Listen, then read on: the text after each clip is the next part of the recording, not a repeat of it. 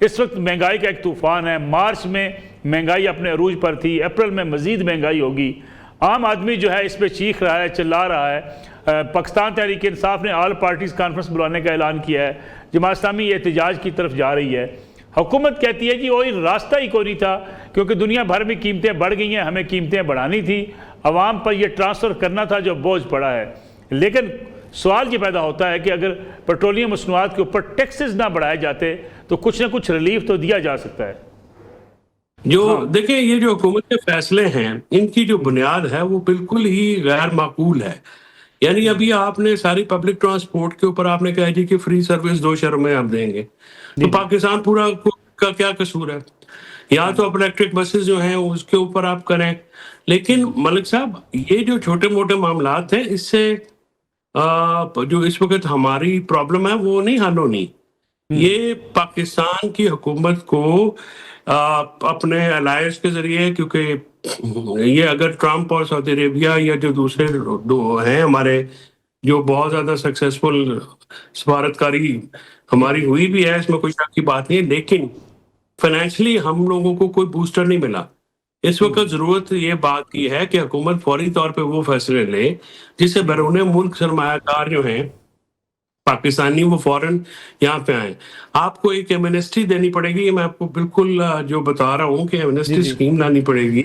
लोगों को आप गल्फ में काफी बड़ा झटका पहुंचा है, बहुत लेट कर रहे हैं ये जो फैसले हैं। यहाँ पे लोगों को जो हमारे वहाँ पे पाकिस्तानी मतमवल पाकिस्तानी है, तो इस चीज को करके आपको उनको पाकिस्तान में दोबारा लाना है ताकि यहाँ का पहिया चले। मैशत का पहिया नहीं चल रहा, जिम्मेदारी का पहिया नहीं चल रहा, कारखानदारी का पहिया, दुकानदारी का पहिया नहीं चल रहा, और बेरोजगारी बहुत बढ़ गई है, महंगाई बहुत बढ़ गई है। ये किसी भी मुल्क के लिए अच्छा नहीं होता।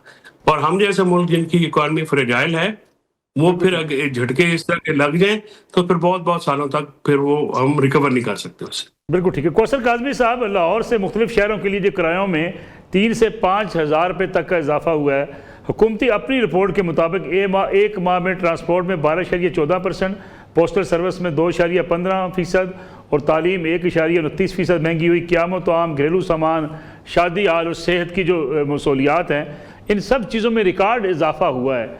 अगरचे जिसका जिक्र जो सब ने भी किया कि लाहौर में, इस्लामाबाद में अब पब्लिक ट्रांसपोर्ट फ्री भी कर दें। महंगाई का तो एक तूफ़ान है, क्या हुकूमत कोई और मुतबादल रास्ता अख्तियार नहीं कर सकती थी? क्योंकि यही हुकूमत जो आज हुकूमत में लोग बैठे हैं, ये दावे किया करते थे कि पेट्रोलियम मसनूआत बढ़ाना जो है उनकी कीमतें, ये चोरी के मुतरादिफ है। फिर अगर 612 अरब रुपये का खसारा होगा FBR का टैक्स वसूली का, तो फिर वो टैक्स पेट्रोलियम मसनूआत पर लगा कर पूरा किया जाएगा। बिस्मिल्लाहिर्रहमानिर्रहीम, अल्लाहुम्मा सल्ली अला मुहम्मद व आले Muhammad. Let me correct you Malik साहब, फर्स्ट ऑफ ऑल ये सिर्फ लाहौर में नहीं है। जो ऑरेंज ट्रेन और पब्लिक ट्रांसपोर्ट जो है उसको फ्री करार दे दिया गया। ये तमाम पंजाब के जो अजला हैं, और बहुत ज्यादा ये पब्लिक ट्रांसपोर्ट आपने देखा होगा, जहाँ जहाँ इफ्तिताह हुआ, अब बखूबी वाकम है उससे, वो हर जिले में फ्री ऑफ कॉस्ट होगी आम आवाम के लिए, बगैर टिकट खरीदे वो उससे इस्तेफादा हासिल कर सकते हैं।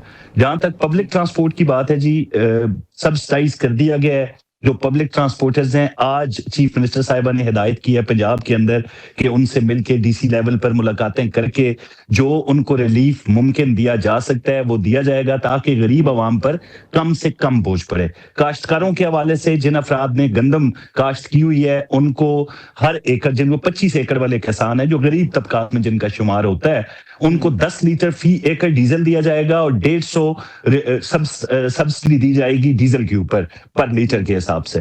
तो ये तो जो मुमकिन इकदामात हैं फौरी तौर पर रिलीफ देने के, वो हमारे मुमकिन कोशिश कर रहे हैं कि अवाम उससे इस्तेफादा हासिल करें। आलमी मार्केट के अंदर ये नहीं है कि अपनाए हरमत से 2 जहाज निकल आए और वो काफी होंगे पाकिस्तान के लिए, इसलिए कीमतों में इजाफा ना किया जाए। मामलात ये है कि आज पाकिस्तान दरामद करता है ऑयल। ये नहीं होता कि हमारे यहाँ कुएं हैं और वहां से निकलता था या करीबी कुछ दोस्त ममालिक वहां से लेते थे। आलमी मार्केट में जब कीमतें बढ़ती हैं तो इसका असर दुनिया के तमाम ममालिक में होता है, न सिर्फ पाकिस्तान बल्कि तमाम दुनिया के अंदर इस वक्त ऑयल के क्राइसिस मौजूद है। उनको मलूज़े खातर रखते हुए जो भी कोशिश थी, 29 अरब रुपए दिए गए सरकारी खजाने से, 1 महीने तक कीमतों को मुस्तहकम रखा गया। हुकूमत ने वो बोझ बर्दाश्त किया, लेकिन ये है कि माशी इस्तेहकाम के लिए, ताकि ये मामला चलते रहें, इसको ज्यादा अरसे तक मुस्तकिल बुनियादों पर नहीं रखा जा सकता था।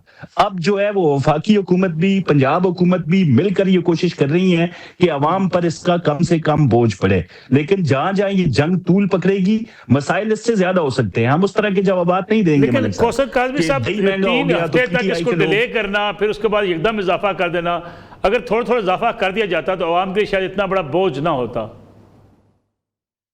देखें, अगर 1 महीने तक अवाम को इस बोझ से बचाए रखा गया तो यही इजाफा 1 महीना पहले मुमकिन था, उसको रोका गया। तो 1 महीने की बचत के साथ जिस तरीके से अवाम का ख्याल रखा गया, अभी मैं सिर्फ अपने सूबे की बात, पंजाब की नहीं कर रहा, वफाक के अंदर भी हर मुमकिन ये कोशिश की जा रही है। बाकी जहां तक मैं आपको बड़े मजे की बात बताता हूं जी, कल मेरे एक दोस्त रवाना हुए यहां से अमेरिका, उन्होंने एक फुटेज भेजी कि जब मैं गया था तो 3.5 बैरल पर लीटर डीजल था कैलिफोर्निया के अंदर। अब वो गए हैं तो 6 पाउंड्स और $6 और कुछ पेंस के हिसाब से वो महंगा, यानी कि तेल प्राइसेस पूरी दुनिया में ऑलमोस्ट डबल हो चुकी हैं।